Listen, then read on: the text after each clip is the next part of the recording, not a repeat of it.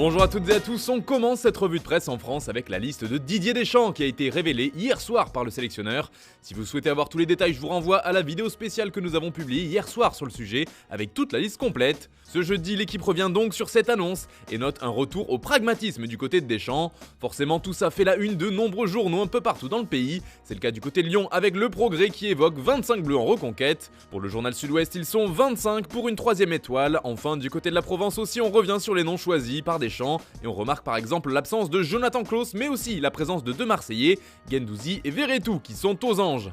A noter que dans les pages intérieures de l'équipe, on découvre une nouvelle enquête du quotidien à propos du Paris Saint-Germain.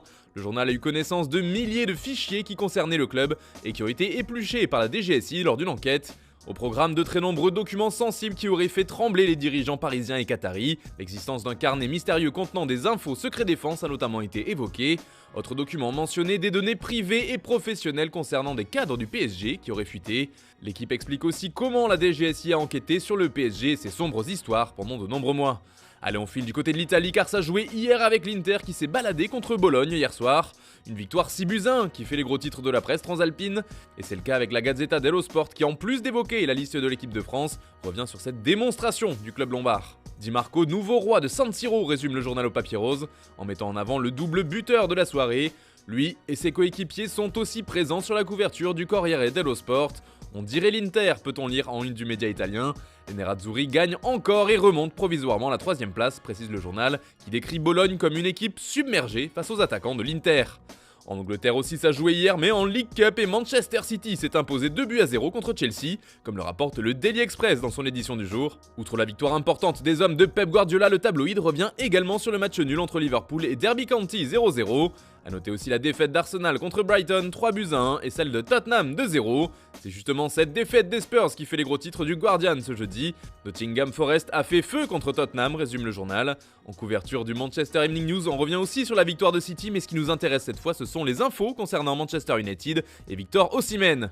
L'attaquant de Naples avait été évoqué cet été du côté des Red Devils dans un possible échange avec CR7, mais le club italien était trop gourmand pour les mancuniens. Et bien si on en croit le journal local, l'ancien buteur du LOSC est toujours dans la tête des dirigeants du club anglais. Ces derniers ont de nombreux noms sur leur shortlist pour remplacer notamment Cristiano Ronaldo, et l'un d'eux reste Osimhen. Le quotidien semble même dire que c'est le numéro 1 de cette liste pour MU. Toujours en Angleterre, c'est une autre liste qui fait les gros titres, celle de Gareth Southgate, car le sélectionneur des Three Lions doit donner les noms des joueurs qui iront jouer la Coupe du Monde aujourd'hui. Et d'après la presse anglaise, il réserve quelques surprises, c'est en tout cas ce qu'affirme The Daily Telegraph. Selon le quotidien, Southgate va compter sur la paire de Manchester City, Kyle Walker et Calvin Phillips. Le premier s'était pourtant blessé il y a quelques semaines et le temps semblait trop court pour qu'il puisse récupérer. Pour Phillips par contre, cela fait 2 mois qu'il était absent et il a enfin pu faire son retour face à Chelsea. Cette liste et ses possibles rebondissements font la une de nombreux journaux outre-Manche, comme c'est le cas avec le Daily Star. Le tabloïd revient également sur les nombreux choix que va devoir faire le sélectionneur et attend avec impatience la liste finale. Réponse dans la journée. En Espagne, c'est Robert Lewandowski qui fait la une partout. Le Polonais a été récompensé du soulier d'or hier pour avoir été le meilleur buteur sur la saison 2021-2022 avec ses 35 buts au Bayern. Pour Marca, il a de l'or dans les bottes. C'est un peu la même idée en couverture de Mundo Deportivo. Pour le quotidien catalan, c'est un Lewy d'or, un peu comme le journal Sport qui est également revenu sur sa nomination. Le média rapporte aussi les propos de Gérard Piqué fraîchement retraité comme on vous l'expliquait hier.